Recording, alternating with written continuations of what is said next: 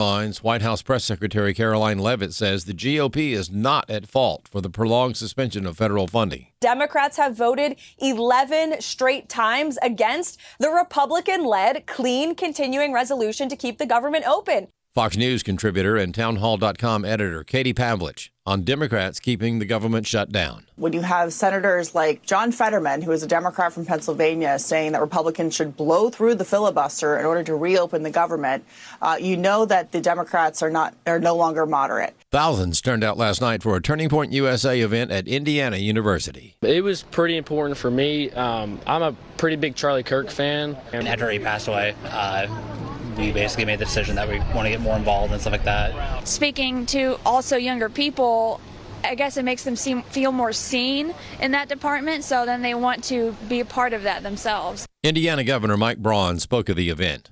9,000, 10,000 chapters across the country, growing into what it is now.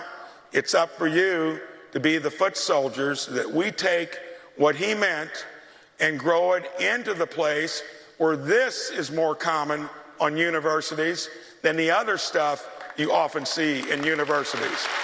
And Dr. Frank Turek continues to participate in Prove Me Wrong tour stops. Chris Woodward has more. Prove Me Wrong is something that was started by Charlie Kirk and Turning Point USA. Since Kirk's assassination, Turek has been one of several public figures appearing at various stops along the way. You know, Eric has said this show's going to go on, and it should, obviously. We're not going to let evil derail good. Turek's upcoming stops include the University of Georgia this Thursday, October 23rd.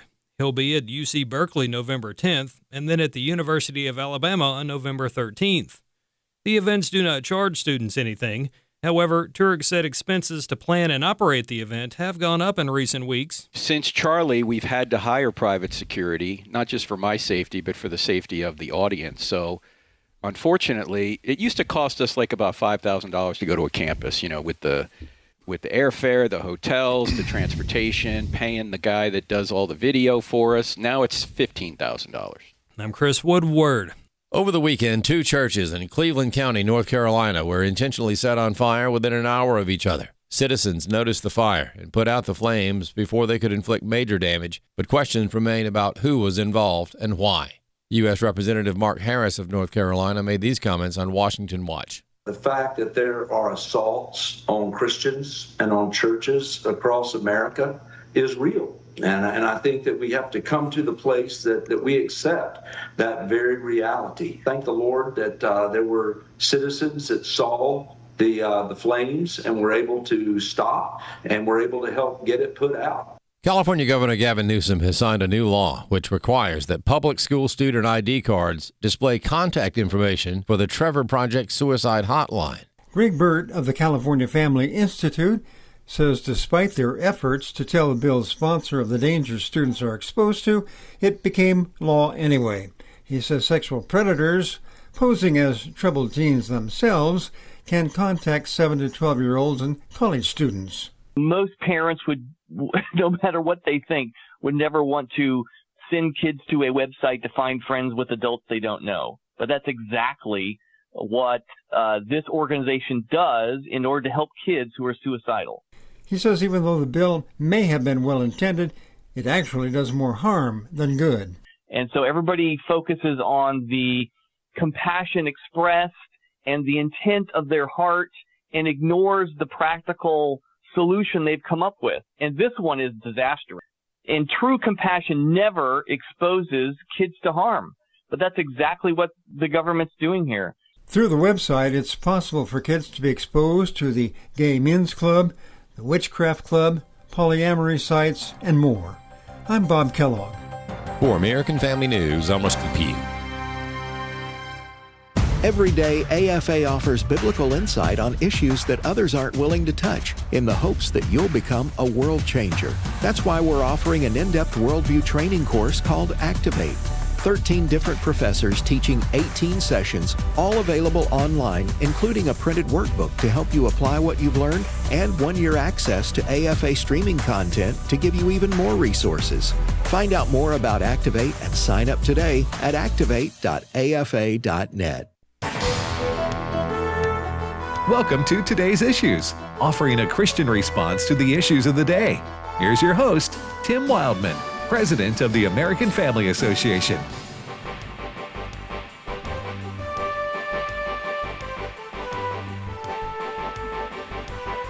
Hey, good morning, everybody, and welcome to today's Issues. That's the name of this program for Wednesday, October the 22nd, 2025. We thank you for listening to AFR. And by we, I mean this panel I got here assembled, which I'm looking around this room, and I'm a little underwhelmed, I got to tell you guys. So this is not like Avengers Assemble? Well, the assemble part was very official. Right. Yes. Yeah, y'all you just like wonder you what I was went down the hall and was right. like, not you, not Right. you, not you. Yep, you, yep. Yep. Avengers Assemble. That is the call for the That is. Avengers. Yeah, that's right. Yeah. All right, so I'm Tim Wildman with Ed Battagliano. Good morning, brother Ed. Good morning, Tim. Wesley Wildman. Good morning, Wesley. Good morning. And you're my brother, even though you're my son. Figure that one out. Yes. And Fred Jackson, you're my brother. How you doing, brother That's Fred? right. That is Captain Fred. Yeah. Captain Canada. Oh, Captain. I am. I see what you did there. I am my own grandpa. Yeah. You remember there was a song? Grandpa the Avenger? No, there was some song. Geriatric version. I'm my own grandpa, and it's something. It's a long, involved thing. But you're so old, you forgot the song. I'm going to look it up.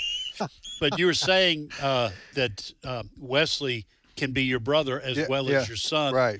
And that's kind of what this song was kind of. I'm going to look that up. You looked that up. It's hilarious. You're not imagining anything, No, Gary. no. I'd like to make an announcement. I'd like to get us back on track here. If you have an announcement, Wesley, go ahead right now. Read from the bulletin. Read from the bulletin? Yeah. No, it's not a bulletin, but it was obvious this morning, and so I need to go in and be transparent with our listening audience. It was obvious this morning that I'm out of the loop a little bit. So I will be today. I'll be pretending as if I'm a listener. Okay. So I'm going to be responding accordingly. Hey, listen, it's okay to admit your weaknesses. Yeah. Wesley's weaknesses is that he doesn't give a rip about foreign affairs. That's okay. I would say not all the way, not a rip, just a half a rip. Right. He gives half a rip about what's going on in other countries. So his eyes start to glaze over when we talk about this and that going on around the world. Yes. Right? Well, not yes. You're just learning and growing. That's true, but let's back up further. Let's bore our audience where I've been the last couple of days. By the way, just FYI, we have a show prep meeting, if you can believe that, people. If you can believe. Yeah, we have a show prep meeting at right after devotion every morning. So 2 hours in advance of this show, we are getting prepared for what we're going to talk about. So that's what it is. We're here. When we got to talking about Ukraine and Israel and Colombia and everything this morning, Wesley was disengaged.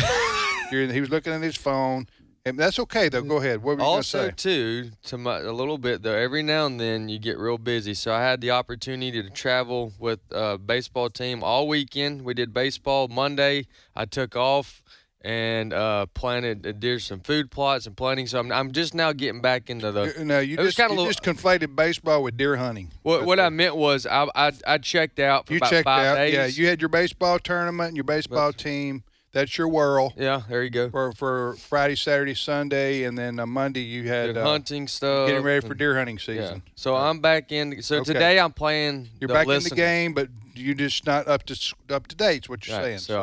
So let me update everybody on this 1947 song by Guy Lombardo. No, I remember Guy Lombardo. I'm just going to go with the first part of the lyrics. Right. It's a whole long song, but it says, now many, many years ago when I was 23, I was married to a widow who was pretty as could be. This widow had a grown-up daughter, had hair of red.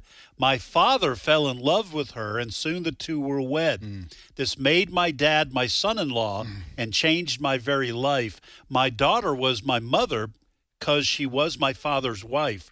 To complicate the matter, even though it brought me joy, I soon became the father of a bouncing baby boy. My little baby then became the brother-in-law to Dad, and so became my uncle, though it made me very sad. For if he was my uncle, that also made him the brother of the widow's grown-up daughter, who, of course, was my stepmother. You know, I'm getting tired about these jokes about the South. Happened right down the road, didn't it, Tim? Yeah. about these lyrics. Your family runs in a straight. Your family tree runs straight, and all that has no branches, and all those jokes. You know, huh? You'd never heard this song? No, I hadn't. Now, Fred used to spin records back in the day. Fred, you ever heard this song? Oh, yeah. You have? I'm my own grandpa. Yeah, I'm my own grandpa. So that it is a twist on. And Willie Nelson, I think, made it kind of more famous here in our lifetime. Was that before marijuana or after? I don't know. Before his tax problems. Anyway, it's a pretty clever song. It's clever. Yeah, but it'll make your brain hurt. We're going to put that up on our Facebook page. Let's not. Yeah, we probably should. So Wesley's my oldest son, but he's also my brother in Christ. If people don't know what we're talking about, that's what we're talking about. And we do know what we're talking about, if you're wondering. Right. Okay, so are we ready to move on? I'm ready. Yes. For the show. Let's start the show. Our listeners are desperate for us to move on. Yeah. Fred, what's your first story? All right. First from the Insanity File. Now, you mentioned we have a story meeting in the morning. This is kind of news that has come up in the last 30 minutes. Uh-oh. Big ruling expected out of the Minnesota Supreme Court today. And I guess the insanity is that we're even having court cases dealing with this today. They are about to rule on whether a male has a right to compete in women's powerlifting. All right? So this is just the latest case on this front. You have to have a Supreme Court? Yes. In Minnesota to decide whether that's right or not? Yes, because a trial judge said yes, and we're talking about those who claim to be transgender. Yeah, all right? They're dudes, but they raise their hand and say, "I feel like a woman." Yes, with dresses. To borrow from Shania Twain, who said, "I feel like a man." Right. Yep. So they feel like they're a woman. So therefore, because their feelings determine their reality, they should be able to compete in sports against girls. Yes, that's what they say. Okay. And the USA Powerlifting Group says, "No, we can't have this." For obvious reasons to normal people. It's unfair. It's unfair. Yeah. So this is the latest one. This case, of course, it just would have an impact in Minnesota, but a lot of states who are fighting these cases, there are groups fighting these cases to protect women's sports, are certainly looking at this. And this is not the U.S. Supreme Court. This is the Minnesota Supreme Court. Supreme Court. Of course, the Minnesota Human Rights Act, like in many other liberal states, supports the idea of a guy who says, I feel like a girl, therefore I have a right to compete in these sports. Kind of an this is in our story on afn.net. In an indication of the intense interest in the Minnesota case, numerous athletes and organizations on both sides filed friend of the court briefs, including former tennis champion Martina Navratilova, who is part of a group of 83 female athletes backing USA Powerlifting's position on this. And Navratilova is a well-known lesbian. Yes. Who does not think that men should be allowed, no matter what they claim, should be allowed in women's sports. She was a famous and very successful tennis star. Yes. Martina Navratilova. She understands as well as anybody, you cannot allow men to take women's spots and win women's awards or, the prizes that come with professional sports. And so, what's her name? J.K. Rowling. Now, she's straight as far as I know, but she's a feminist. Yes. She's also against allowing men in. And both of them have taken a lot of flack. Yes. For their. So is this ruling going to come down today? Is that what we're talking about? To come down today. The arguments were made in December, so they're expected to come down today. So we'll be Wesley, watching. You have any comment on this? This doesn't involve foreign affairs. Well, I've always said that when this transgender sports came along, now again, I don't believe in transgender. Let me back up. If it's for 18 and older, so you got like Olympic sports, college sports, those, if they want to create, they meaning the transgender community wanted to compete against themselves, or transgender community, LGBTQ community or whatever, and they wanted to create a third category that they believe that somebody would, they can get enough have their own support, league. their own league, whatever, knock yourself out. Like, I think go for that. But you're stating the obvious when you say this is a transgender woman. Well, why do you have to say it's either a woman or it's not? Right. So that in and of itself. Now I don't believe if 18 and under for anything, high school, middle school, youth sports of any kind. I don't even think there should be a third option or alternative at all. No parking wreck. I don't think they're not going to have. We're going to have 10 transgendered 8-year-olds show up for soccer practice. Sure, exactly. No, that ain't going to happen. No, it's not. Excuse me, ain't. All right, let me ask you a more on a serious note here. I'm going to ask Ed. I want to ask you this question, and then we can move on, because I think why do the people on the left, and not all of them, you find some that are sane on this issue. Bill Maher, Fetterman, John Fetterman, the senator. There's some other noted ones. Even Gavin Newsom has criticized it, even though he allows it to happen in the state of California. But I want to ask you something. It's a serious question. Why do these people who promote who defend this, why do they insist that biological males, and I know there's no other kind, but just for the sake of our discussion here, why do they insist that they be allowed to play against females when it's blatantly and obviously unfair?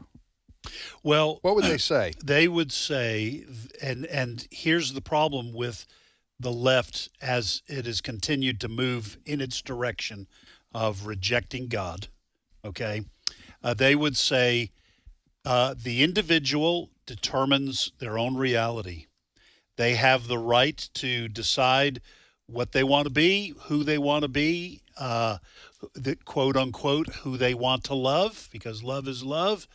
And if they believe in their hearts and in their minds that they are in the wrong body and want to be trans, nobody has the right to tell them no. That's why they will say patently absurd things like trans women can have babies. And you say, well, but they're men. No, they're not. If they say they're women, because their worldview is the individual is sovereign, no one can tell them what to do. Obviously not God. They left that a long time ago, but society can't either. Okay, a couple things here. First of all, you said they reject God. That's the first thing you said. Yes. So they reject God. These people reject nature. Exactly. Which is created by God, right? Right. The Bible says that he created them male and female. Mm-hmm. There's no trans. Right. Right. Okay. Male and female. So they're rejecting, Wesley, these lefties, these secular lefties, they're rejecting God's nature. That's right. Yeah. And another way of, in addition to what Ed's saying here too, is that if you're following what Ed was saying, you go, okay, let a person think that's what they're, okay, right. following. What do I care whether somebody thinks they're an opposite sex?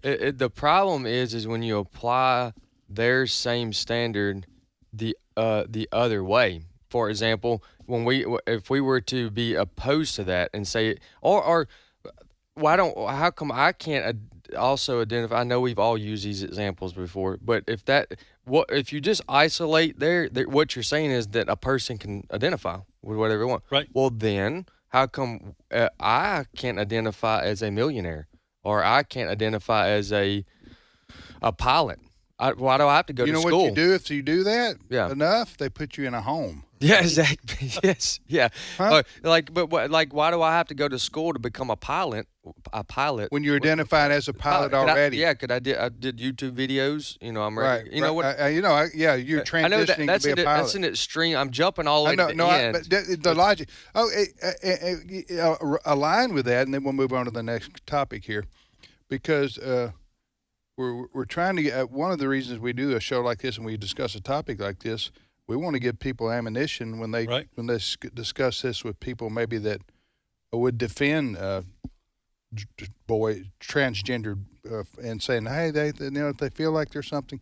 Okay, so if you believe that a person can be something that they're biologically not just because they say they are or their feelings indicate. So you would say, well, he's born a male, but he feels like he's trapped in the wrong body, so he is you should call him a she because she is really a man, a woman trapped in a male's body. Okay, and you would say that with a straight face, and they really believe that. And, all right, then do you also agree then that Tim, a white male 62, can identify as a 31-year-old Chinese woman? Right. Would you say, and I said, I'm a 31-year-old, I'm a white male American trapped in a Chinese woman's body? Yep. No, I'm a Chinese woman trapped in a white male's body. Right. You follow me here? Yeah. I know I'm sounding a little silly here, but really, you would have to, if for a person who says you are what you identify as, you would have to acknowledge. They do say that. It's okay that I identify. Yeah, I've watched man on the street kind of interviews on college campuses. Yeah, where this very thing goes on.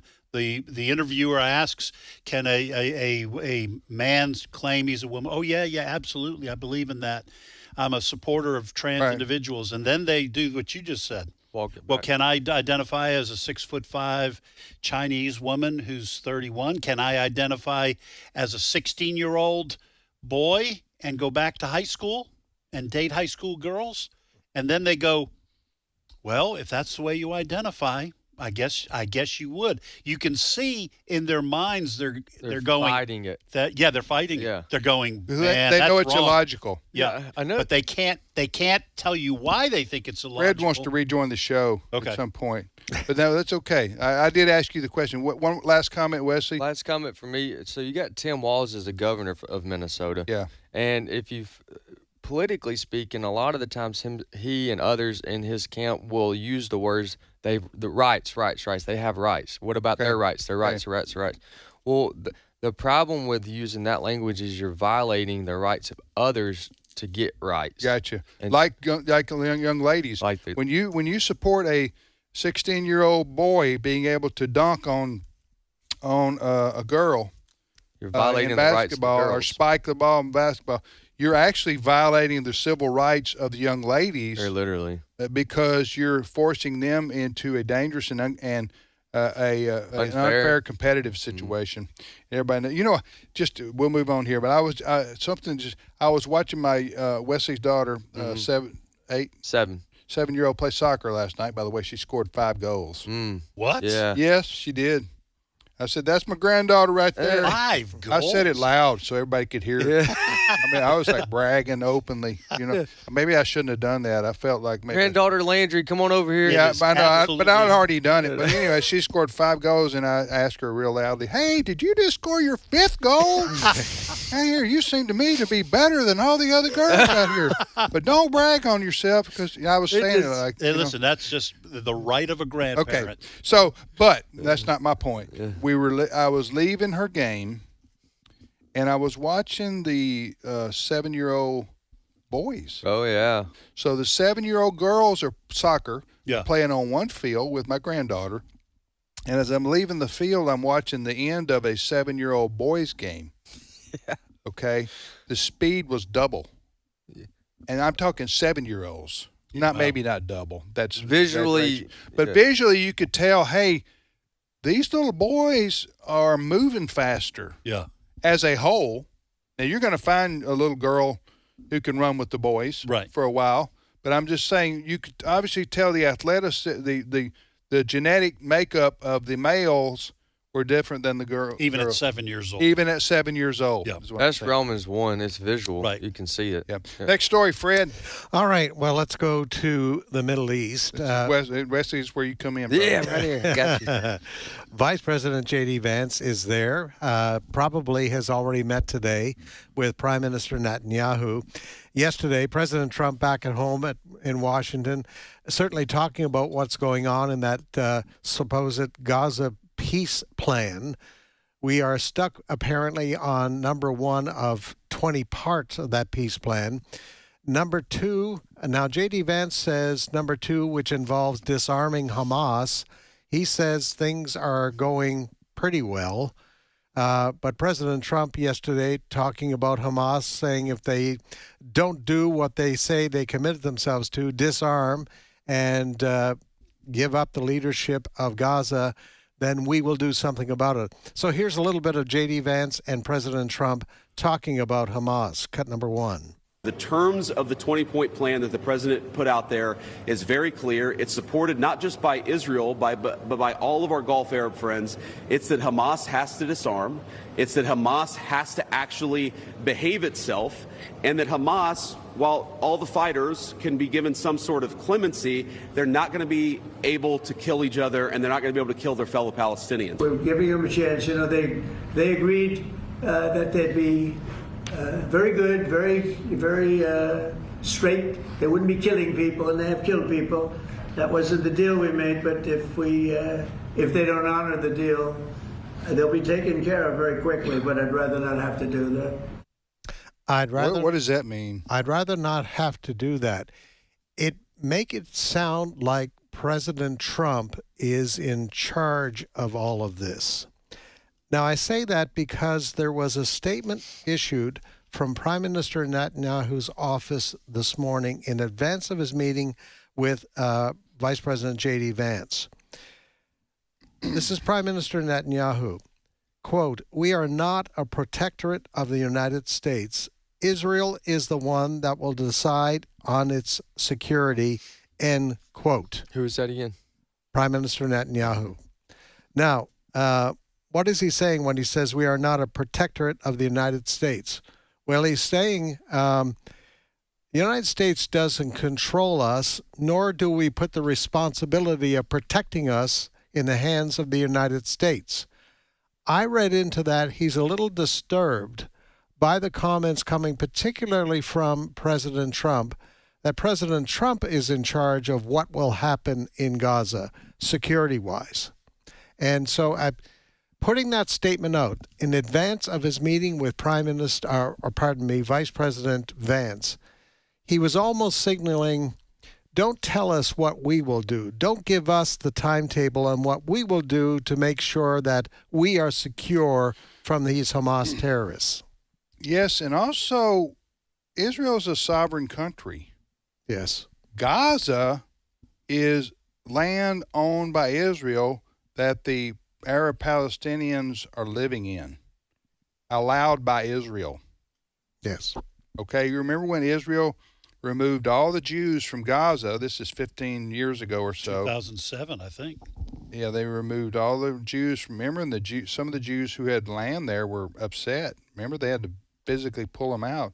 And then they said, here, Palestinians, you have this Gaza Strip, you run your own affairs. Mm-hmm. Okay, that's what happens. So I'm saying this to say, when President Trump says, by the way, he's getting very elementary in his words. I don't, good, bad, I'm not criticizing that altogether, but I hope nothing's going on there. Maybe he's getting tired. Anyway, but he shouldn't be saying, President Trump should not be saying, or we'll take care of them. Because what I think Benjamin Netanyahu is reacting to is, no, President Trump, as good as our friendship is, you don't have the right to say you'll send in the Marines on our sovereign country to fight because you want to get rid of Hamas. And secondly, we finish this when we get back. What are we going to do? Hunt down Hamas? You can't hunt down Hamas unless you go door to door, and there's no doors left. Yeah. It's just kind of I don't know. We can talk about it more when we get back. It's my turn. Here is your host for My Turn, Don Wildmon. Once upon a time, a traveling shoe salesman happened upon a shoe store manager who told him a tale which a customer had passed along to him just a few days earlier. The customer had said that he'd come from a country where anyone selling shoes could make a fortune. The customer had told the store manager that there wasn't a single shoe salesman in the entire country. Well, the traveling salesman, tired of competing with countless other shoe salesmen, asked where the country was. The store manager told him, and he immediately rushed out of the store without trying to sell the manager a single pair of shoes. The salesman wired his boss to send 10,000 pairs of shoes to that country at once and told him that he was taking the next plane to the country. He would be there when the shoes arrived and would make himself and his company a fortune selling shoes in that particular country because there wasn't a single salesman in the entire country. The salesman wired his wife that he was going to the country where there was no shoe salesman and that he would come home with enough money for them to live happily ever after.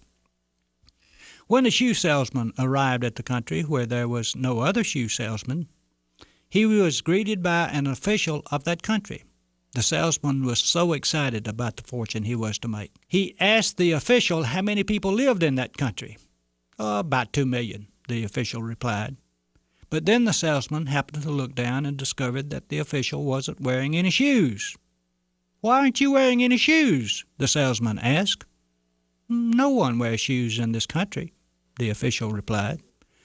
The salesman hurried to the telegraph office and wired his company. "Council order. I'm returning. No one here wears shoes." Well, upon arrival at home, the salesman found that he had been fired.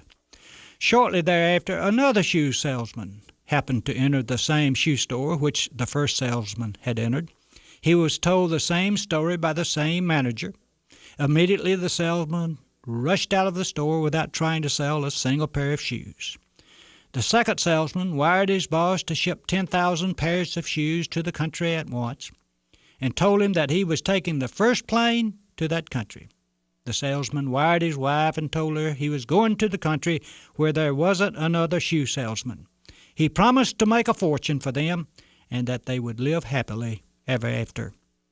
When met at the airport by the same official who had greeted the earlier salesman, the salesman asked how many people lived in that country. "About 2 million people," the official replied. Then the salesman discovered that the official wasn't wearing any shoes. When asked why, the official replied, "No one wears shoes in this country." Immediately, the salesman went to the telegraph office and wired his boss, "Send another 50,000 pairs of shoes immediately. No one in this country has a pair." And lo and behold, that salesman became the most prosperous shoe salesman in all the world. The name of the first shoe salesman was Mr. Pessimist. The name of the second shoe salesman was Mr. Optimist. This has been My Turn with Don Wildmon, a production of the American Family Association. However, as it is written, what no eye has seen, what no ear has heard, and what no human mind has conceived, the things God has prepared for those who love Him. 1 Corinthians 2:9. American Family Radio. This is Today's Issues. Email your comments to comments@afr.net. Past broadcasts of Today's Issues are available for listening and viewing in the archive at afr.net. Now, back to more of Today's Issues. Hey, welcome back, everybody, to Today's Issues on the American Family Radio Network. Thanks for listening to the program, Today's Issues, here on AFR. Tim, Ed, Wesley, and Fred. By the way, in just a few days, we'll be going on the air with our brand new purchase radio station. We bought it. We didn't. It's not a new station, but it's in Des Moines, Iowa. Yeah. And so we'll let folks know, but that's coming up so they can let their friends and family know, maybe who live in the greater Des Moines area. We have a lot of radio stations already in Iowa, but we haven't had one in Des Moines, so we'll be covering the state capital of Iowa very soon in the next few days. You're listening to Today's Issues. Tim, Ed, Fred, and Wesley. We were talking about Israel, and we're going to continue this conversation. J.D. Vance, the Vice President of the United States, is in Israel, and he's trying to foster point 2. Is that what we're on? of the 20-point. Whoever gave it 20 points should be fired, by the way. Absolutely fired today and say. They should know their trends. It's trending that we go 5 everything. It used to be 3, but now it's 5 everything. You're so never going to get to. points. We're going to be here 7 years from now going, we're on point 7. I mean, it's just 20 points is too many. But anyway, we want to continue talking about this issue. And joining us is Jenna Ellis. Jenna is host of Jenna Ellis in the Morning, heard on AFR from 7 to 8 o'clock Central Time each weekday morning here on American Family Radio. And Jenna, good morning to you. Good morning. And 20 points does seem like a lot, just like a Baptist sermon. You can only get like 2 or 3 out. That's why I liked the late Adrian Rogers sermons. He just had 3 points. 3 points, and they all the same letter. They all the first same letter. Yeah, and you knew what you were getting. He was a prince of preachers. Oh man, and that baritone voice. Yeah, that's why we still air his Bible teaching show, Love Worth Finding, each evening here on AFR. Hey, if it was good 10 years ago, it's good now. They're timeless the messages that Dr. Adrian Rogers gave.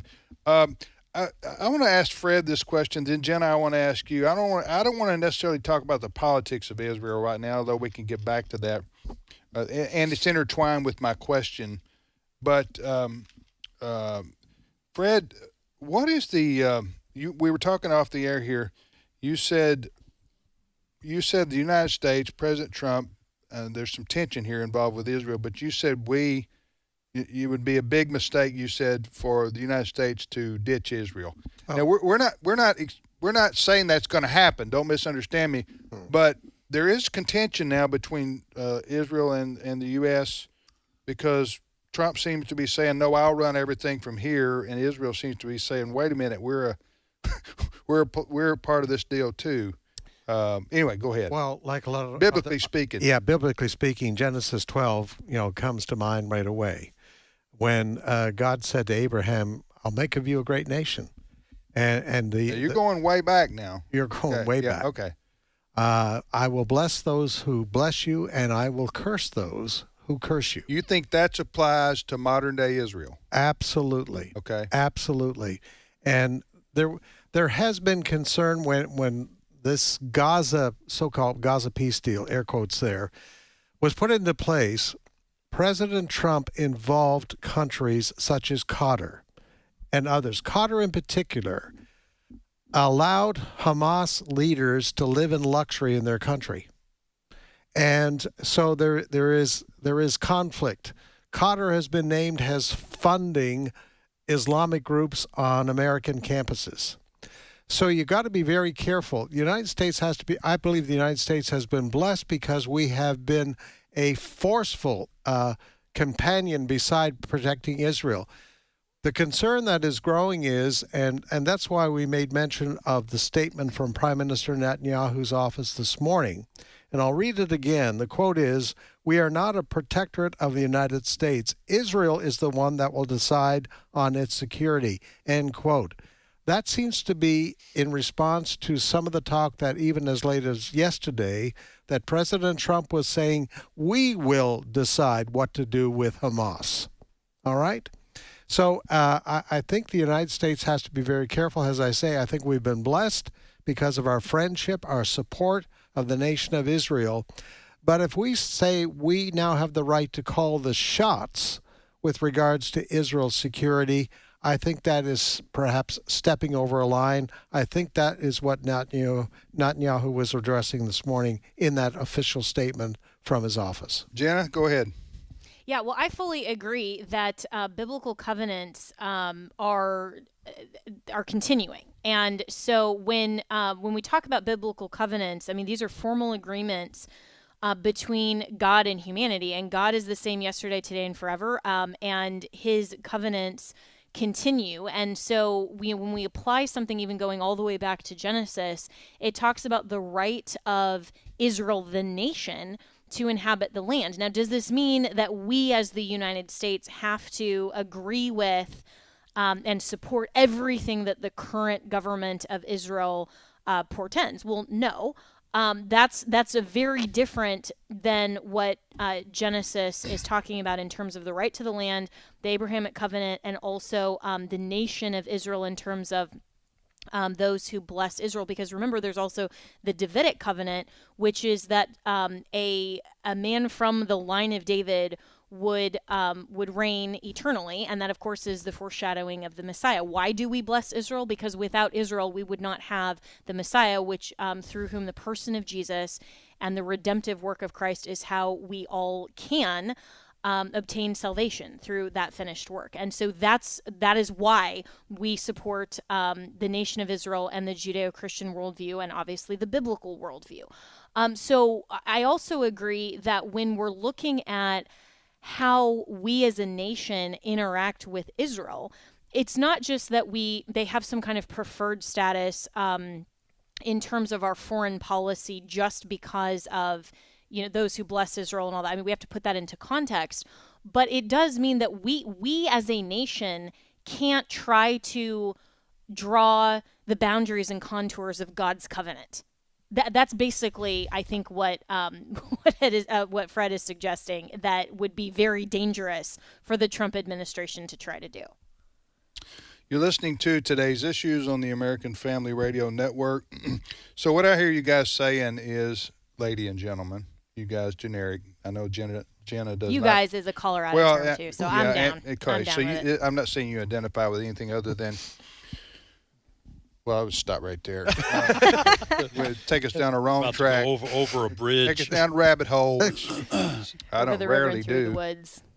So anyway, my point is that it's not Israel right or wrong on politics and policy, but it is Israel right or wrong when it comes to having a steadfast support of the nation of Israel in general, and not abandoning them because you disagree with a policy here or there. But by the way, Israel is basically alone in the world now, and I think that's biblical too. The Jews there, it's a Jewish state, and they are surrounded by enemies, and they are and the world condemns Israel regularly at the United Nations for things that go on worse in other countries that they don't condemn, they being the United Nations. So, yes, Wesley's raising his hand. You have a question for me? Because got a question. I'm pretty good at this stuff. I do got a question. Okay, go ahead. So then what are we expecting the United States' role to be in the 20-point deal? By the way, we give Israel a lot of money, too. Mm-hmm. Yeah. And that is true. They may be the number one recipient of foreign aid in the world.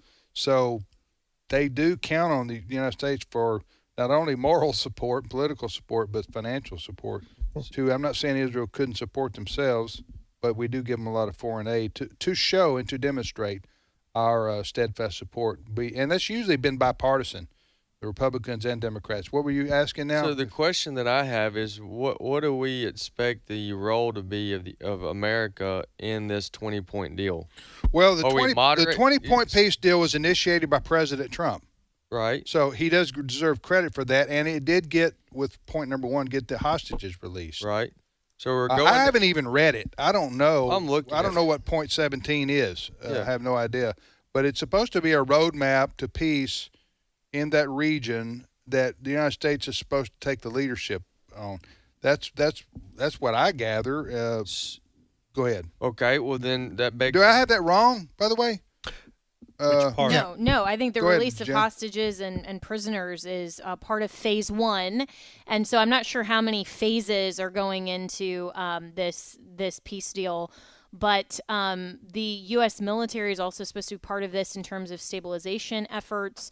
Bad idea. But mainly Bad negotiating. idea. Well, yeah, I agree with that as well. So, I mean, there are several. So negotiation was part of this, then release, overseeing governance and reconstruction, and then also the stabilization efforts. Those two pieces of it, overseeing governance and stabilization, that's where I think things can get tricky. The reason I'm asking is, I'll just fast forward, is because if we support American Trump and America's 20-point plan for a peace deal, then what is wrong with us helping also making sure that it gets done? Or well, I think we are. I think that's why J.D. Vance is over there right now. He's asking about military involvement. No, Trump should.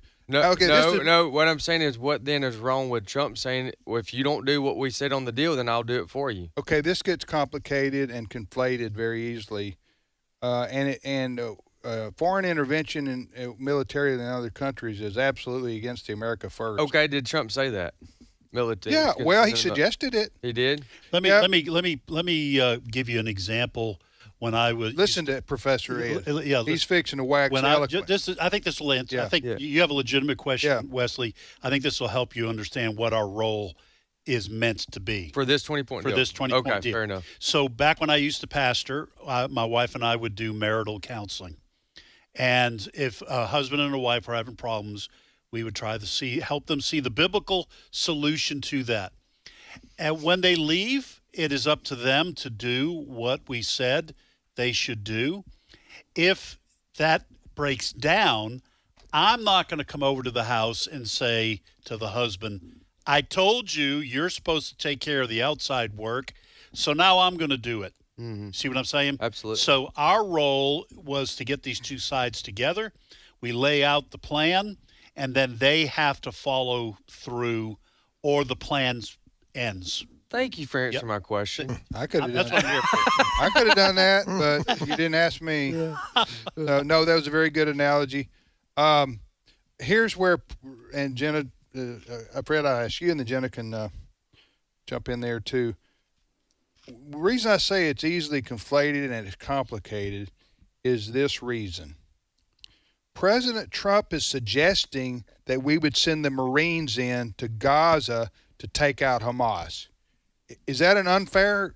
No, it's not unfair. Okay, that's what he suggested. Am I right? He's implying it. He's implying that. Okay, that is a. If you're going to do that, as I say, that is injecting boots on the ground of American military personnel in a foreign country, Israel here.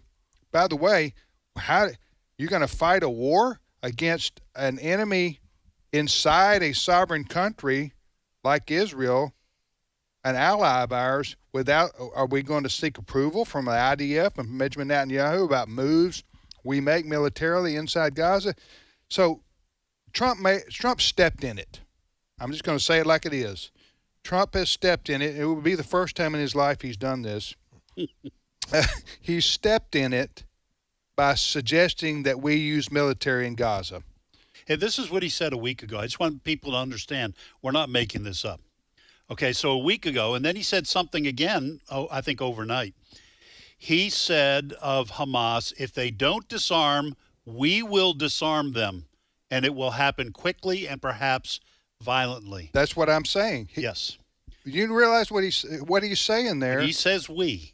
He's saying the Marines. It makes it sound like we will go in with Israel. We, the United States, I will authorize them to go find Hamas and take them out. Now, if he didn't mean that, does that help Israel?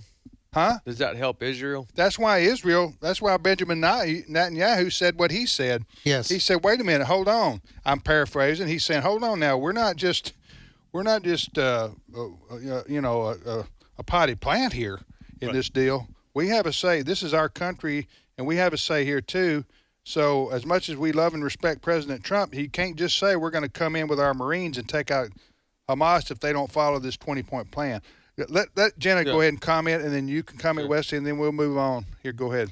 Yeah, and, I also want to point out that, again, I don't think that support of Israel in a biblical, Genesis 12 sense requires boots on the ground, requires military intervention, requires some of these strategic things that obviously our own government and our national sovereignty can decide. The whole point of that is to say that the nation and the boundaries that God ordained and covenanted to Israel, God owns the land, right? He created the land and he basically deeded the title into perpetuity to the nation of Israel, those metes and bounds. That's what we are obligated to protect if we understand the covenant in Scripture. How we do that, I think is a debatable issue. And to suggest that we have boots on the ground, but then also President Trump's executive order assuring the security of Qatar, or Qatar, however you want to pronounce it, is also very problematic because I don't view them as our ally for any other purpose besides negotiating this peace deal. So this is, as you rightly point out, Tim, it's a very sticky situation. God, let me just be fair here for a moment. Not that we've been unfair to President Trump, but he did clarify. He has clarified some of his statements, because he recently here, it was yesterday or the day before, he said that that we would go in to straighten out Hamas if necessary, and that's when he had in all caps, it would be fast, furious, and brutal ends for the group. He was asked, does that mean U.S. troops on the ground? And he said, no, it's not going to be us. We don't have to. There are people very close, very nearby that will go and they'll do the trick very easily, but under our auspices. Okay, so these are conflicting messages that President Trump has sent. And I Did he use the word auspices? That was I guess that was probably on Truth Social. But that could explain why Benjamin Netanyahu's saying, hold on here, we're not a protectorate. Now, by the way, I looked up the amount. What does protectorate mean? We're not a lapdog? The definition, a state that is controlled and protected by another. And Netanyahu says that's not us. Now, we do give them almost $22 billion a year in military aid. Sure. So this is how this is all complicated. Mm-hmm. Okay, so we do Tell give me them about it. Yeah, give them $22 billion with a B. So President Trump has on several occasions used the word we're going to do this. When he's been asked, he has said, oh, no, not our troops. I'm sorry. That doesn't help. That only complicates things for me. It doesn't clarify. You said clarify. Well, Trump thinks he clarifies, and he just adds more words quite often. Did he use the word auspices in a Truth Social post? Yes. Wow. He wrote in a post on Truth Social. So you take back what you said earlier when he said just impressed. simple words like good and bad. Yeah. Nope, we got auspices. Trump usually goes with good, bad, quickly. And you know what? I actually like that he, because so many politicians, and even like I'm guilty of this, speak in white paper and complicated verbiage, where Trump speaks in crayon. Everybody can understand it. I agree. I think it's he brilliant. simplifies it. But now, did that help But it should you? be clear still. Okay, so did that? All right. You're saying, so what does this actually mean? Does he tell me what it means? Why are we being coy? Well, I think he's trying to get the point across to Hamas, you are going to disarm.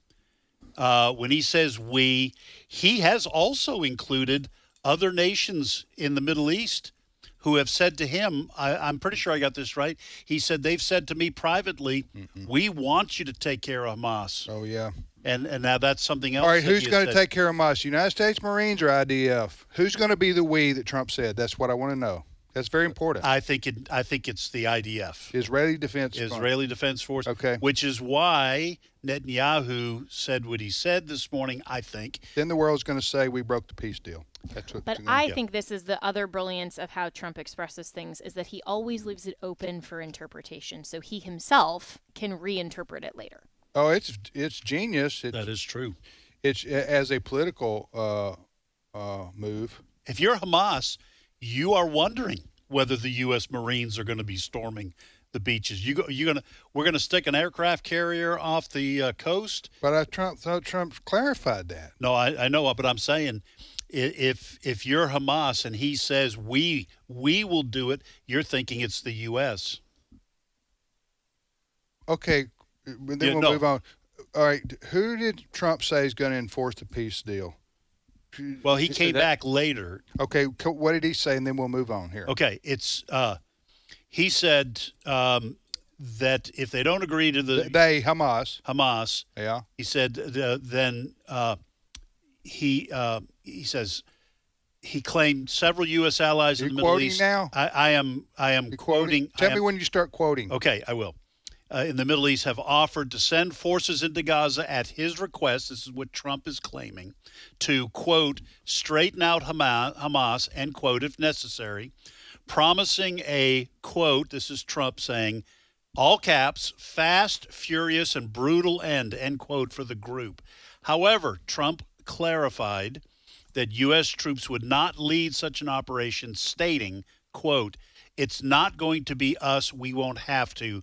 There are people very close, very nearby that will go, and they'll do the trick very easily, but under our auspices. So we'll be in control." Of the idea of whoever the forces. What, you got an Italian mob over there? Well, what do we got? Not the All right, I forget. the only mob. I don't understand any of that. Right. That makes no sense to me. Does it make sense Well, to you, Fred? that last hour, what Auspices. does that mean? Nobody knows. That's part. I think part of We won't have to do it, but we'll control it. You know, this That's also what can he be said. frustrating for other people too, because on one hand, we want the United States to support Israel, be involved, help, and then on the other hand, with other presidents in the past who have been unhelpful, unwilling, unsupportive of Israel, then you got someone like Trump who is, and it's almost at times it's frustrating for some. It's like you can't win for losing, because he's very involved in it. The 20-point peace deal. I mean, he's constantly trying to end a war over there. But then again, you know, he makes a couple comments about like this, and we're upset. You know, it's like I don't know. I don't know on this issue. I don't know if you can win for losing if you're Trump, because if you don't do anything. Listen, I'm supportive of his efforts to get the. I'm just saying, when you get into a situation like we're in, where that you got to be clear, and saying we're going to straighten out Hamas by using somebody else's military, but we're in control of it. That makes no sense to me, and I think that's why Benjamin Netanyahu said, "Wait a minute, no, we're in control of our own forces here." Mm-hmm. Anyway, all right, hey Jenna, what's coming up tomorrow on your show? So we're continuing to talk about all of the government shutdown, all of those things. I can't get enough of that talk. Can you? Right. Well, it was a very good show this morning. I was listening. Who was the Indiana governor, the congressman that you were talking to? Yeah, Representative Marlon Stutzman. He's one of our regulars. He's fantastic. It was very good. It helped clarify some things for me. Like what? Well, about the shutdown and the possibility of using the nuclear option to, in other words, to remove the 60-vote margin for cloture. And so Jenna did a great job with Congressman Stutzman on that. Got you. Well, thank you. That's what we were supposed to talk to her about. Yeah, well, I never know what kind of, theological jeopardy I'll get on today's issues. It's always jeopardy. fun. Yeah. So, yes. Yeah. But it's also a lot of fun to cover those headlines. And Representative Stutzman did talk about, he thinks it's time to invoke the nuclear option, because the Democrats are basically getting a timeout, as he put it, like you would in sports. If the other team is winning, then the losing team calls for a timeout just to run out the clock and, some other things. And I thought that was a very apt analogy. And so I think it's time for Republicans to just say enough of this nonsense. I think the Democrats are faking an injury on the field. Like football. Yeah, like in football. Is that what AOC is screaming about? Yeah, all right. I think so. Well, AOC screaming, that's daily. So I don't know. Yes. She could have had some spaghetti that was cold, so she's screaming. All right. Thank you, Jenna. Appreciate it. Thanks, guys. All right, Fred. Thank you. All right. You had so many more stories. We'll get to it. Yeah, but Tim got long-winded and cut us short on some other stories we could have covered. It is your show, sir. Yeah, well. You talk about what's on your heart. Try to be share your heart. Humble man and share the wealth here. We'll be back momentarily with more of today's issues. Stay with us.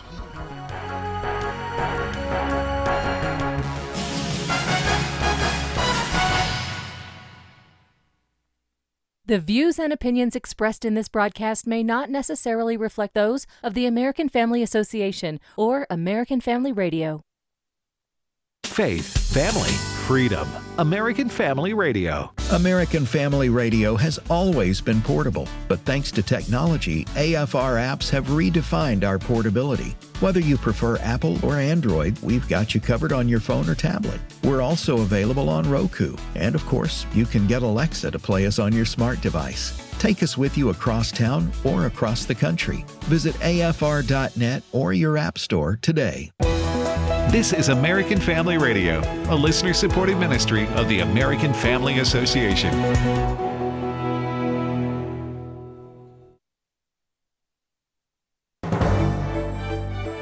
American Family News, I'm Rusty Pugh.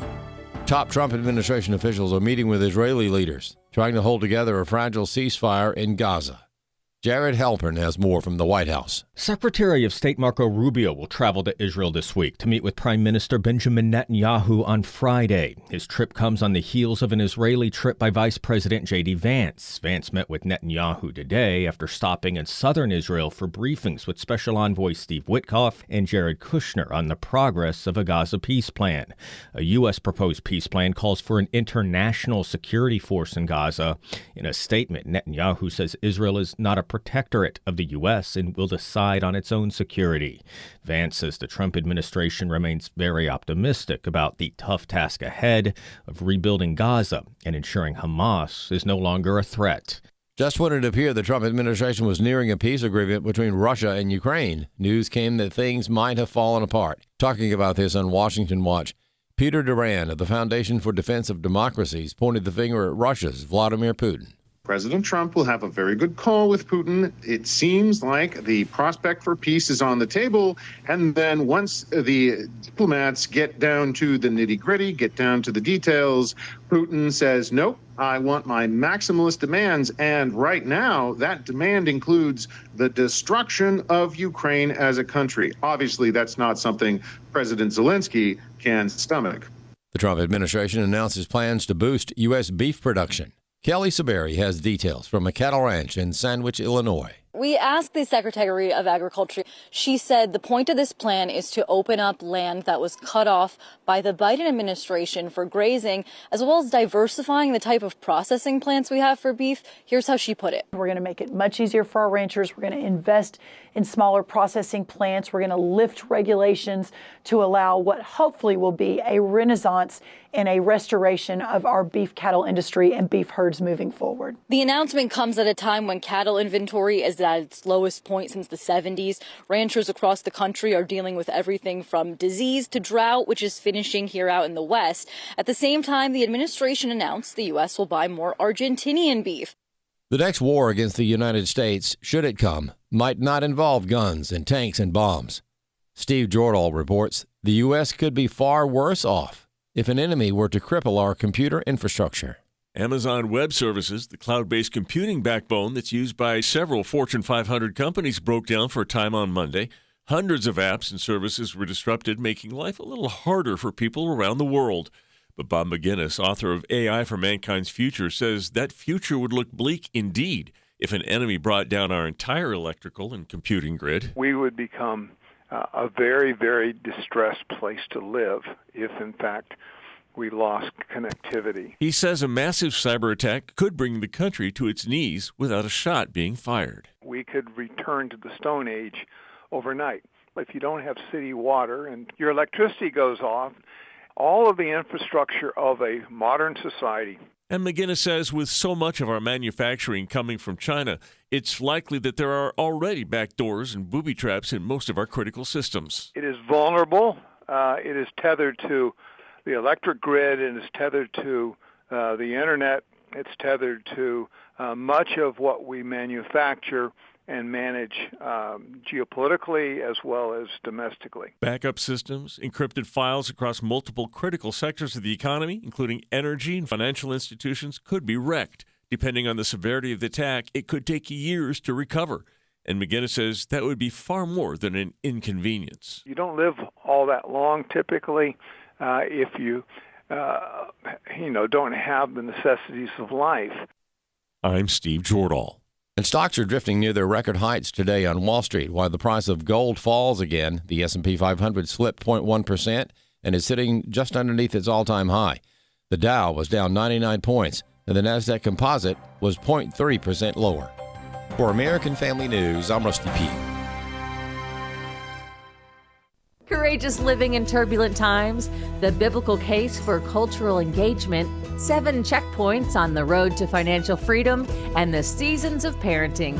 Those are just a few of the video resources from the AFA Cultural Institute. Find the AFA Cultural Institute videos as well as faith-enriching documentaries and family-friendly movies at stream.afa.net or search AFA Stream at the Apple App Store or the Google Play Store. Today's Issues continues on AFR with your host, Tim Wildmon, President of the American Family Association.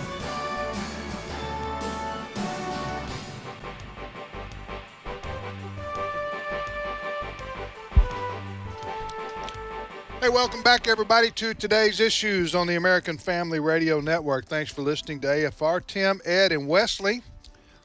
And we're like Cher. We have no last names, people. Just see what I did there? Yeah. Was it a bad one? Bad joke? I didn't see what you did. Go again. Oh, so I was y'all taking weren't paying notes. attention to me. I said, Tim, Yes. I'm Tim with Yeah, Ed you and wanna Wesley. share I last said, we're names? like Cher. We don't have last names. Oh, like Cher. C-H-E-R. I thought you said we don't like to share our gypsies, last names. Gypsies, tramps, and thieves. Okay. Huh? You remember that song? Yeah. No, I don't. Just don't call me a half-breed. No. Just don't call you a half-breed? Okay. I did think that you were saying we don't share our last That's name. what I like, thought. like on radio, like as if there's some secret Oh, here okay. because Because it was Share-a-thon. No. and we're celebrities, so we don't want to have our name out there. Oh, yeah, we're celebrities.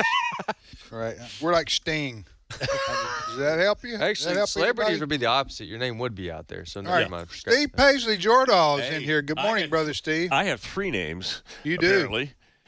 Steve Paisley Jordahl. So I've been in radio a while, and I've worked with several people who decided that they want aliases. They don't use their real name on the radio. Right. So I guess because they don't want to. Years ago, we had people here on the air who did not use their real names. One of them was a young lady. I remember. They phonies? Huh? So they were phonies? No, they just, especially this was a lady, and I think just for protection, What was her name? Safety. Well, I'm not going to say it. I was just trying to bait you into that one.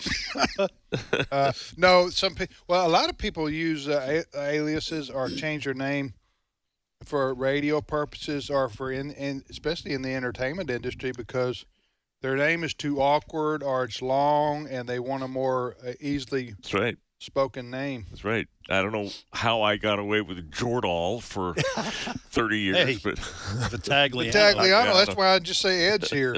Right. You know. All right. Now, I think people need to listen up if they want to increase their church budgets. Yep. Right. If you want to increase the giving at your church, ladies and gentlemen, we have a real life example on how you can try to do this. Steve, you want to set this up for us? Yeah, so we have a pastor, and I wasn't going to name him, but you know him. I am going to name him. Okay. We do? Yes. This is Pastor Marvin Winans of the Winan Brothers. Really? Yeah. From Perfecting Church in Detroit. Like BB and CC Winan? Yes. Okay. The brother of. The brother of. Okay, Brother so of. he pastors a church in Detroit. He does. And he thinks he's the Apostle Peter. If you remember the story of Ananias and Sapphira, yeah, when they came down and they Acts said they said they gave everything and they didn't, and so he doesn't literally believe he's the incarnated. No, but he's acting like it. Okay, so we have a video that was released, I guess, by the church. I doubt it. Someone took it. Or somebody. Anyway, so what happens? So we're going to listen to what happens. So they're having a fundraising, and this is the kind of fundraising where people walk up to the pulpit with their donation and say what they're giving. It's not the Baptist way, at least my Baptist way of doing things. But let's listen to what happened. Cut 11. Gave me breasttree for my COPD. Oh, I'm sorry. You didn't cut the commercial out? I thought I did. I, Roberta McCoy, given faith and stand in unity with the vision of Perfecting Church of sowing this seed of $1,000 plus $235 and receiving the blessings to come to all that participated. Now that's only $1,200. Yes. Y'all not listening to what I'm saying. If you have 1,000 plus 1,000, Well, I'm going to work on the other 800. Well, that ain't what I asked you to do. What happened after that? She walked off. She didn't. She had a child with her. I saw the video, Yeah. and so my child comment, with her too. Well, you walk up with your family, and it was just her, and I don't know whether there's a child or a grandchild. So she's telling how much money she's donating to the church. Yeah, and the pastor doesn't agree with that. I was going to say, if you have complaints about your church, it could always be worse. You could be humiliated in front of the entire congregation for not giving. We were supposed to say the 2,000. moral principle to the end. We were supposed to have a little more fun with that. So what? So do you agree with what he did there? or No, not? man, no. Absolutely not. No. First Okay. of all, and listen, now this I don't know what kind of church this is. I'm guessing it's charismatic / Pentecostal. Why do they something do like this? that.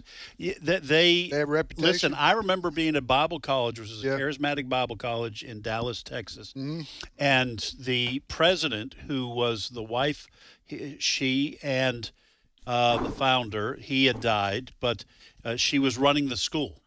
Okay, she was the president, and on Tuesday nights, all the students had to be there for kind of like a chapel, kind of a church service. And once a year, they would do a fundraiser because it was open to the public. And they took up the offering, and the preacher was preaching, and it wasn't enough. They counted it right there on the spot? Well, no, in the back. And she Oh. came back and she said, "No, we need more money." And she took up 4 offerings. Wow. No, she Yes, did she not. did. Yes, In she one did. service? In one service, 4 offerings. She said, y'all. So what I'm saying, and I'm not. I want to be careful here. We're getting away from you. Hold on, let us do what you think. Don't be careful. Do Stop. what you think is right. But Okay, that's true. I agree. I'm guessing this is probably a charismatic or Pentecostal church, because I don't like you telling everybody what you're giving. It seems to contradict what Jesus says in Matthew 6. That Don't let your left hand know what your right hand Yes. is doing. Absolutely. If you give, don't let everyone know what you're giving. Let your heavenly Father know, who sees what you do in secret. So I would disagree, but it's a free country, and they have. Well, not that church. You got to pay. Well played, Steve. And listen. That's another thing. I don't like the fact that you're embarrassing people who don't have the full $2,000. You know why it worked on the 4th offering in your line? Because people didn't want to hear that same offertory for a 5th time, man. They got tired of it. No, they wanted to go home. Did they lock the doors? No, they didn't do that. I want to see the video to this. All right, how would I look this up? Look up Pastor Shame's Is that his name? donation. His name is Shane. Marvin Winans. Shane. Oh, Pastor Shane. No, he said the pastor Shame. shames. What keywords to look it up? Oh, I'm Pastor sorry. Shames. Okay, you said pastor. Yeah, it does sound like Pastor Shames. Separate word, shames. Yeah. Look up What was Pastor his name Shames. again? Marvin Winans. Yeah. And listen, we don't know any of the other context here, if there is. I don't think you know much. Okay, I know, but I'm just saying. I'm just saying this is in the news, and that their church business is their church business. It is, but it's just it's not something you see every day. No, where a pastor says you ain't giving enough. Now, right there in front of God and everybody. Now it could be okay. that what the pastor said is, here's the challenge, $1,000, and you match that with $1,000. Right. And if you want to do that, come on down. Right. And she like Price is Right. And then she came on down and gave $1,200. Right. So it could be that Yes, she was the one who was not following direction. Right. He was just saying, this isn't what I'm talking about. This is not what I'm talking about. I said 1,000 plus 1,000. You're trying to get credit for 1,000 plus 1,000 by only giving 1,000 plus 200. Right. So go sit down. So who knows how algorithms work all the time? But it just so happens the first link that pulls up is from International Business Times, but yet this is happening in a church. Yeah. Anyways. All right. Yeah. So now I have seen a way that. Why are you laughing? I don't know where else you could possibly go. Well, I just want to close. I'll just close with this. How many times have you heard your pastor say that? And you go, that's not true. You're not closing with that. You're going to close with let me prayer close with this. Which you preach the sermon over again. let me close with this, and then we'll move on to the next topic. I have seen a way which is a little less confrontational than that, but not much, which would increase giving at your church for offerings. That is, you have every church has screens up front now, almost, right? Yep. Where they show the songs, lyrics. Yeah. Or they whatever. Evangelical churches. Announcements. Yeah. Oh, maybe not Catholic churches or Catholics. No. Presbyterians do that, or they probably most of them don't. All right. Well, anyway, for those who do, well, Presbyterians and Catholics might want to pay attention to what I'm saying. Then, if they want to, Eastern Orthodox. Okay. They got the incense though. They do. Amish churches probably don't either. They're not short of incenses. All right. Well, I shouldn't have started down that road. I was trying to make a point. Go ahead. Make the your point being, put you some big screens up there up front if you don't have them, and then get you a camera, cell phone or whatever, and pass the offering plate, and you follow along down the aisle. You see what I'm saying? In real time. I see it. In real time, while the offering plate is being passed, and you're showing the faces of the people in the audience, and it's appearing on the big screen. Yes, so everyone can tell who's giving and who's that not. That way, the people aren't saying how much they're giving, so they're not violating the scripture you're talking about or bragging. But everybody in the church sees how much they're giving. Well, you know what I would do in that situation? So I would keep a sign. I'd come to church with a sign. Okay. And when the cell phone, when the plate came by and the camera got on me, I would hold up the sign that says, "I gave online." And I would put it down. So you're not embarrassing me. I gave online. That was a good one, Ed. I got an even better idea. All right. So I think what you do, the pastor says, we're going to take an offering. Everybody stand up. Now reach into the pocket or the purse of the person in front of you, grab their wallet, and give like you've always wanted to. So you need to violate one of the Big Ten in order to give. All right, what's your next story? All right, well, the Trump derangement syndrome is I've got it still right now. You need to help me. Go ahead. I think we're going to have to maybe, if we're fortunate, maybe they're going to have to figure out how they can talk about Vance derangement syndrome, because he's next in line. If the Republicans win, he's a likely candidate for the White House. Front runner. And they're already lining up against him. I want to play you something from Jen Psaki. She was the former White House spokesperson for Joe Biden for a while. And she was on a podcast called I've Had It. Is she going to circle back? She might circle back. She definitely. That's a hit from yesteryear, Ed. Yes, it was. Well, she's talking about J.D. Vance and his wife, Usha. 10. I think the little Manchurian candidate, J.D. Vance, wants to be president more than anything else. Yeah. I always wonder what's going on in the mind of his wife. Like, are you okay? Please blink 4 times. Yes. We'll come over here. We'll save you. And that he's willing to do anything to get there. And that your whole iteration you just outlined, I mean, he's scarier in certain ways. He's smarter in some ways. And he's young. Oh, man. Don't let Trump hear that. He's smarter. She's smarter. Yeah. We were having a little bit of fun with the church thing, and then, Steve, you had to bring us down with that. That kind of thing just infuriates me. Because, okay, first of all, smarmy and snarky. I don't like that. They get in there. It's like, I'm sorry, but a couple ladies having coffee down at Starbucks and talking about their neighbors. It's gossipy because they can't back up with facts. I mean, J.D. Vance, his wife is what? She's a prisoner there? That J.D. Vance is a Manchurian candidate? In other words, somebody's gotten in his head and controlling him like a puppet? What vice president doesn't want to be president? That's what You're telling me Hillary Clinton didn't want to be president? I don't think she did. Right. I mean, it's the hypocrisy of these people, and then they accuse President Trump of lowering the niceness level of politics, and they pull this kind of stuff. You know, Jen Psaki, she's not dumb.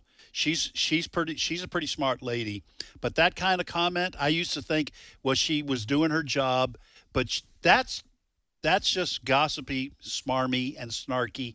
And no, that isn't a law firm in Memphis. All right, next story, Steve. All right. We've been talking for a bit about the way that Europe is cracking down on free speech, specifically on the internet posts. They are throwing people in prison in England for posting things that they say are hate speech and are inciting hate. Well, we finally have a country that kind of is pushing back, and this is Spain, because Spain arrested a priest. His name is Father Custodio Ballester, and he was arrested after writing an article called The Impossible Dialogue with Islam, in which he wrote, I feel a moral obligation to speak the truth.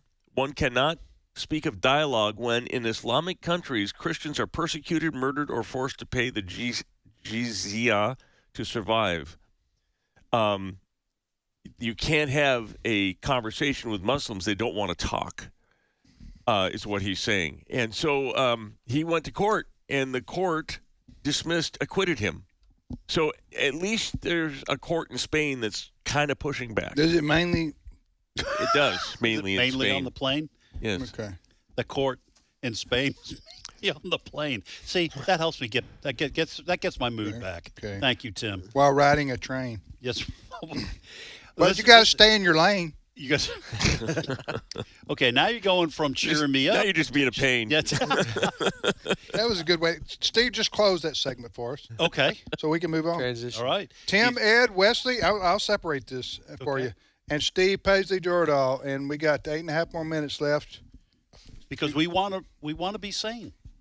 Well, see, Ed had to. I had to, put his last rhyme. Listen, that is a good news story. Yeah, it is. Because too many places in Europe are punishing people who just simply have free speech if they're not saying the government-approved thing. Yeah. Which is you can't criticize Muslims, you can't criticize homosexuals, you It's can't all say about pro-life things. They might Even though Muslims feel bad. criticize homosexuals. Yes. They might feel bad. Yeah, throw them off the That's roof. what I'm saying. All right, go ahead, Steve. All right, we have a professor at San Diego State University named Jean Twenge who has been looking at some data, and here's what she found. The number of young adults identifying as transgender has been cut by half in 2 years. Cut by half? Among 18 to 22-year-old, trans identification was cut nearly in half from 22 to 24, and non-binary identification dropped by more than half in 23 and 24. She doesn't, at least in this article, doesn't give a specific reason. She might in the study, but I'm saying that I think the time of the trendy or it's trendy to be bi or trans. You go ahead. Yeah, good. What's the word that it's contagious? Social contagion. So, go ahead, Wesley. Can we speculate on this show? Speculate. Well, we got social contagions running around here. That's all we do. And sometimes. I think that spawns some. I don't have. That's a good word. Spawn. I don't have a study in front of me, or I haven't asked anybody that falls in this camp. But I would imagine that there was a good time period there where people were very convinced. I do know this for sure, that LGBT people were being attacked and their rights, and it wasn't fair, and the world's against them, and we got to make adjustments and policies and all that. I do think there's a time period where the younger generation did feel guilty or bad for them based on what they were saying. But I think enough times passed that the younger generation sees that that's just simply not true. Nobody's asking for their gender at a barber shop before they cut their hair, right? So I think enough times passed where they see that they've exaggerated and or just lied about them not having rights or whatever, to the point where I think during that time period there were some people that just identified as it to say, I'm with them, I support them. And these people obviously I would imagine didn't have a moral conscience to them or Christian or anything like that, to the point where they were willing to take whatever came their way just to say, I associate, I stand with my LGBT friends, so yeah, I'm bisexual or something like that. But I think your numbers are starting to drop. I think, I'm speculating, because you're seeing that we've been doing this for 20 years, the Republicans, conservative Christians, being accused of being a hater, and there's just nothing there. All you get is a Smollett. Yeah, Smollett. You want to hear that? You want to see their heads spin?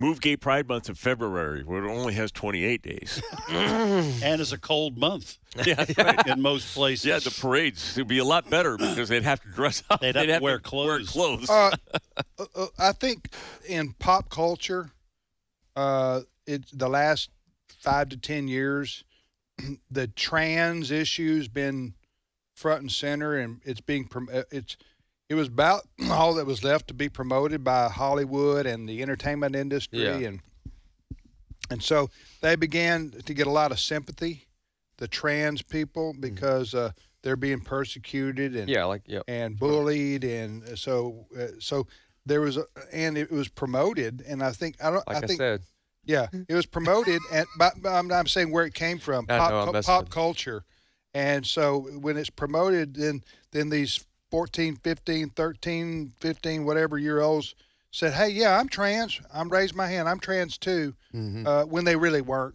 Right. And so they were trying to be part of the number. Now things are maybe coming back to what they really are. Go ahead, Steve. Well, can I just say one thing on this? Yes, you can. Can I? Yeah. Let me just to Wesley's point. My wife and I were at a restaurant, I don't know, over the weekend, and I won't name it, but it's pretty well known. Is it the Winans restaurant? No.